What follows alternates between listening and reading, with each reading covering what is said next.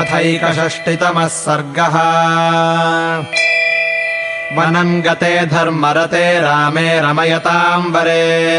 कौसल्या रुदती चार्ता भर्तारमिदमब्रवीत् यद्यपि त्रिषु लोकेषु प्रथितम् ते महद्यशः सानुक्रोशो वदान्यश्च प्रियवादी च राघवः कथम् नरवरश्रेष्ठपुत्रौ तौ सह सीतया दुःखितौ सुखसंवृद्धौ वने दुःखम् सहिष्यतः सा नूनम् तरुणी श्यामा सुकुमारी सुखोचिता कथमुष्णम् च शीतम् च मैथिली विसहिष्यते भुक्त्वा शनम् विशालाक्षी सूपदंशान्वितम् शुभम् मन्यम् नैवारमाहारम् कथम् सीतोपभोक्ष्यते गीतवादित्रनिर्घोषम् श्रुत्वा शुभसमन्विता कथम् क्रव्यादसिंहानाम् शब्दम् श्रोष्यत्यशोभनम् महेन्द्रध्वजसङ्काशः क्वनु शेते महाभुजः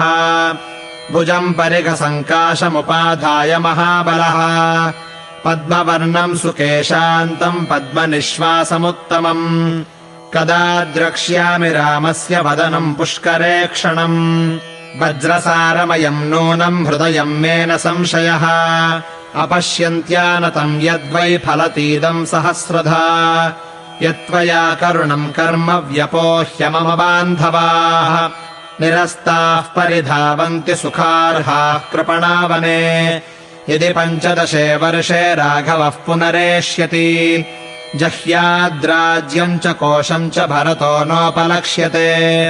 भोजयन्ति किल श्राद्धे केचित् स्वानेव बान्धवान् ततः पश्चात् समीक्षन्ते कृतकार्याद्विजोत्तमान् तत्र ये गुणवन्तश्च विद्वांसश्च द्विजातयः न पश्चात्तेऽभिमन्यन्ते सुधामपि सुरोपमाः ब्राह्मणेष्वपि वृत्तेषु भुक्तशेषम् द्विजोत्तमाः नाभ्युपेतुमलम् प्राज्ञा शृङ्गच्छेदमिव वृषभाः एवम् कनीयसा भ्रात्रा भुक्तम् राज्यम् विशाम्पते भ्राता ज्येष्ठो वरिष्ठश्च किमर्थम् नावमन्यते न परेणाहृतम् भक्ष्यम् व्याघ्रः खादितुमिच्छति एवमेव नरव्याघ्रः परलीढम् न मंस्यते हविराज्यम् पुरोडाशः कुशायूपाश्च खादिराः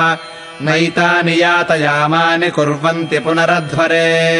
तथा ह्यात्तमिदम् राज्यम् हृतसाराम् सुरामिव नाभिमन्तुमलम् रामो नष्टसोममिवाध्वरम् नैवम् विधमसत्कारम् राघवो मर्शयिष्यति बलवानिव शार्दूलो बालधेरभिमर्शनम् नैतस्य सहिता लोका भयम् कुर्युर्महामृधे अधर्मम् त्विह धर्मात्मा लोकम् धर्मेण योजयेत्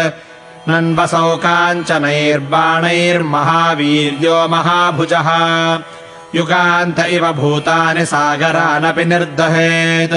स तादृशः सिंहबलो वृषभाक्षो नरऋषभः स्वयमेव हतः पित्रा जलजेनात्मजो यथा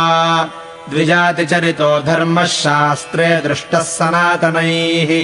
यदि ते धर्मनिरते त्वया पुत्रे विरासिते गतिरेकापतिर्नार्या द्वितीया गतिरात्मजः तृतीया ज्ञातयो राजंश्चतुर्थी नैव विद्यते तत्र त्वम् मम नैवासि रामश्च वनमाहितः न वनम् गन्तुमिच्छामि सर्वथा हता त्वया हतम् त्वया राष्ट्रमिदम् स राज्यम् हता स्म सर्वाः सह मन्त्रिभिश्च हता स पुत्रास्मि हताश्च पौराः सुतश्च भार्या च तव प्रहृष्टौ इमाम् गिरम् दारुणशब्दसंहिताम् निशम्य रामेति मुमोह दुःखितः